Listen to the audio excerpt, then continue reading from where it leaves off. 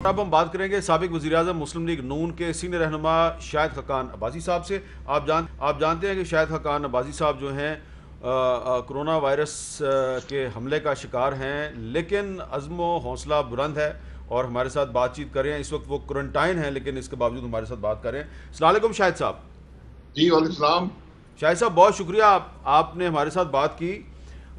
سب سے پہلے تو آپ سے یہی پوچھنا ہے کہ آپ تو بڑی احتیاط کر رہے تھے اور قومی اسمبلی کے اجلاس میں بھی آپ ماسک پہن کے شریک ہو رہے تھے، تو یہ کرونا کے حملے کا شکار کیسے ہو گیا آپ؟ یہ کچھ بے احتیاطی ہی ہوئی ہے کیونکہ کوئی اور طریقہ تو ہے نہیں کرونا کے لگنے کا۔ میں لاہور ہائی کورٹ گیا تھا 3 تاریخ کو۔ اچھا، وہاں پہ شاید جو اس دن میرے ساتھ تھے ڈاکٹر طارق فضل صاحب، احسن اقبال صاحب، مریم اورنگزیب، سب کو کرونا ہو گیا۔ تو کچھ شبہ یہی ہے کہ وہیں سے ہوا ہے۔ یعنی کہ آپ وہ جو شہباز شریف صاحب کا معاملہ اس میں گئے تھے؟ جی جو وہ پیش ہو رہے تھے عدالت میں ہائی کورٹ میں، تو وہاں پر ہم گئے تھے۔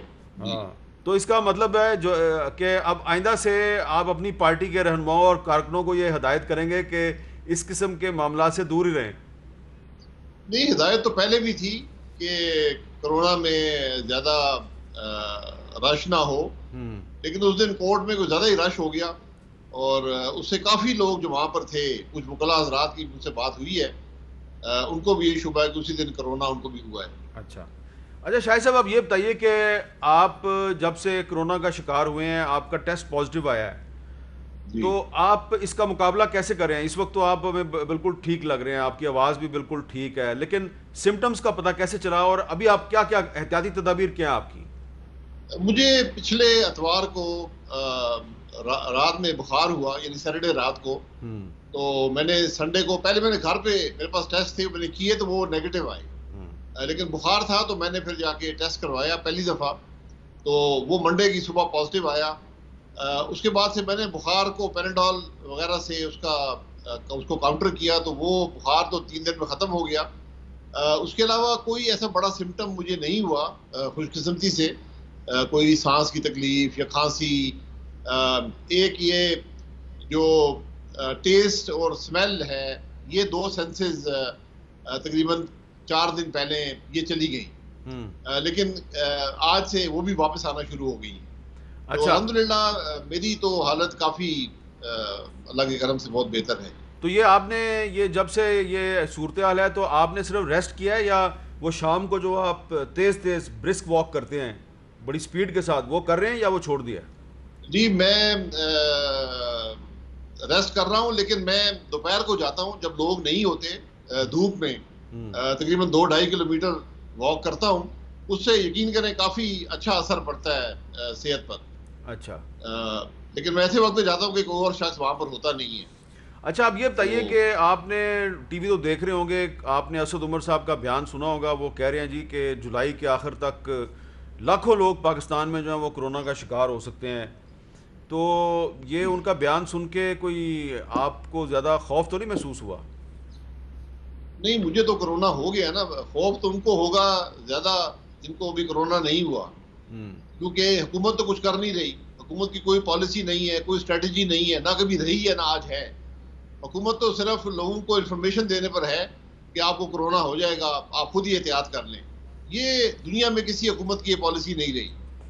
تو یہ بڑی بدقسمتی ہے کہ اتنا بڑا ملک ہے اور اس کے پاس کوئی اسٹریٹجی نہیں ہے کہ اپنے عوام کو کیسے پروٹیکٹ کرے۔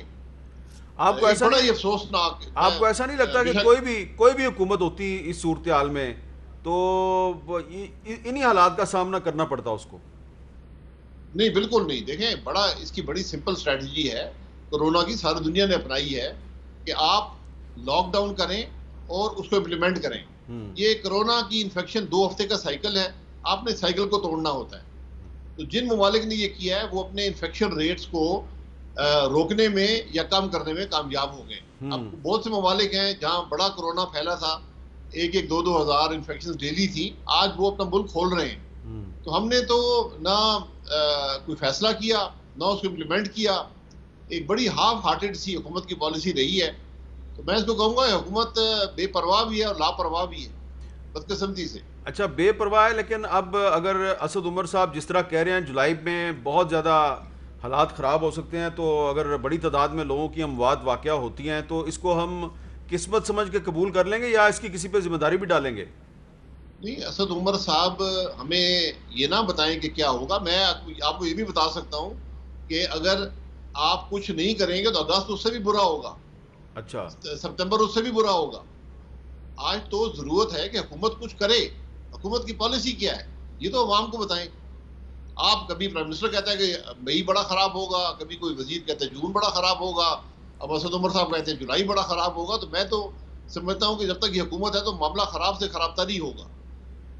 نہیں لیکن اس کا حل کیا ہے؟ اگر آپ کی فرض کریں آپ کی حکومت ہوتی، آپ وزیر اعظم ہوتے تو آپ کیا کرتے؟ دیکھیں، جس کی بھی حکومت ہو، حل آپ کے پاس ایک ہی ہے. 2 ہفتے کا بڑا سخت لاک ڈاؤن ملک کے اندر کریں. ایک ملک کی پالیسی بنائیں، 2 ہفتے کا بڑا سخت لاک ڈاؤن کریں، اس کے رزلٹ دیکھیں. اگر ضرورت پڑے 2 ہفتے کا اور کریں، اس کے رزلٹ دیکھیں. اگر ضرورت پڑے 2 ہفتے کا اور کریں. 6 ہفتے کا جو سائیکل ہے یہ آپ کو انفیکشن ریٹ کو بہت حد تک ریڈیوس کرنے میں آپ کی مدد کرے گا. 2 ہفتے میں رزلٹ آ جائیں گے. جب یہ آپ کے کنٹرول میں آ جائے انفیکشن ریٹ، آج تو 7,000 میں پہنچ گئے، جب یہ آ جائے اس کے بعد آپ جو سمارٹ لاک ڈاؤن جو دنیا کرتی ہے کہ پاکٹس دیکھتی ہے کہاں پر انفیکشن ہو رہی ہے، ان پاکٹس کو پھر کنٹرول کرتے ہیں. آپ یہ نہیں کر سکتے کہ پورا ملک آپ نے کھول دیا ہے، پورے ملک میں انفیکشن پھیل رہی ہے اور آپ پاکٹس کی طرف توجہ دیں. وہ بات تو ہے نہیں.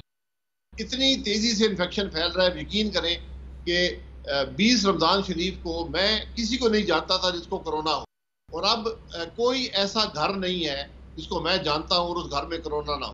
اتنی تیزی سے پچھلے 4 ہفتے میں یہ پھیلا. اب اس میں ایک سوال یہ پیدا ہوتا ہے کہ انڈیا میں بہت سخت لاک ڈاؤن کیا گیا ہے لیکن اس کے باوجود وہاں پہ بہت تیزی کے ساتھ کرونا پھیل رہا ہے، تو وہاں پہ تو لاک ڈاؤن کے باوجود جو ہے یہ پھیلا ہے. جی، انڈیا 1.4 ارب کا ملک ہے. اگر وہ لاک ڈاؤن نہ کرتے، آپ ان کے حالات بہت زیادہ خراب ہوتے. بہت گنجان آبادی ہے وہاں پر. وہاں پاورٹی ریٹ بھی بہت زیادہ ہے. میں نمبر میں بات کر رہا ہوں کہ وہاں آدمی 40-50 کروڑ لوگ ایسے ہیں جو پاورٹی کے سطح سے نیچے رہتے ہیں. تو جس ملک نے بھی لاک ڈاؤن کیا وہ کامیاب رہا ہے. آپ ویتنام دیکھ لیں، آپ بنگلہ دیش دیکھ لیں، جو دوسری ایگزامپلز ہیں. آپ برازیل کو دیکھ لیں. تقریباً مہینہ پہلے 1500-2000 کا انفیکشن ریٹ تھا. آج دنیا میں نمبر 2 پہ پہنچ.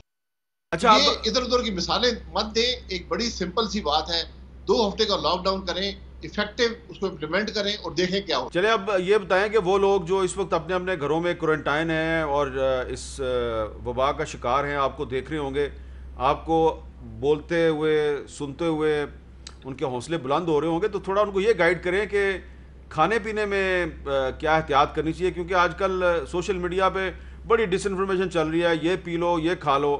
آپ کیا کھاتے پیتے ہیں؟ نہیں، میں تو اپنی نارمل غذا کھاتا ہوں، کوئی ایکسٹرا چیز نہیں کھا رہا. نارمل غذا ہی رکھیں کیونکہ بھوک اس میں کافی حد تک مر جاتی ہے. تو نارمل غذا رکھیں. میں تو گوشت زیادہ نہیں کھاتا، لیکن جو لوگ گوشت کھاتے ہیں وہ کہتے ہیں کہ اس سے بہتر ہوتا ہے. اچھا، لیکن آپ نارمل غذا رکھیں.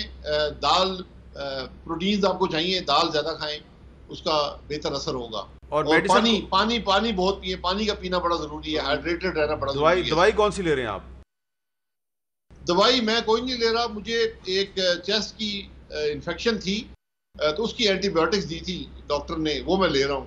اچھا جی، وہ ایک نارمل ایزومیکس ایک اینٹی بایوٹک یہ ہے. ایک پازیٹیو سائن ہے کہ آپ بغیر دوائی کے آہستہ آہستہ ریکور کر رہے ہیں. یہ ایک بہت پازیٹیو سائن ہے، اور میرا خیال ہے کہ آپ کے ساتھ بات کر کے تو میں کہہ سکتا ہوں نا کہ گھبرانا نہیں، یا آپ کو اعتراض ہے؟ گھبرانا نہیں چاہیے، لیکن عقل مندی سے کام کرنا چاہیے. اچھا، گھبرانے کا یہ مطلب نہیں عقل کو چھوڑ دیں. ٹھیک ہے، عقل سے کام. چلے گھبرانا نہیں ہے لیکن عقل مندی سے کام کرنا ہے. تو میں نے ابھی شاہد صاحب آپ سے کچھ مزید باتیں کرنی ہے. پیٹرول کا کرائسس چل رہا ہے، اس پہ بھی بات کرنی ہے. ایک چھوٹا سا بریک لینا ہے.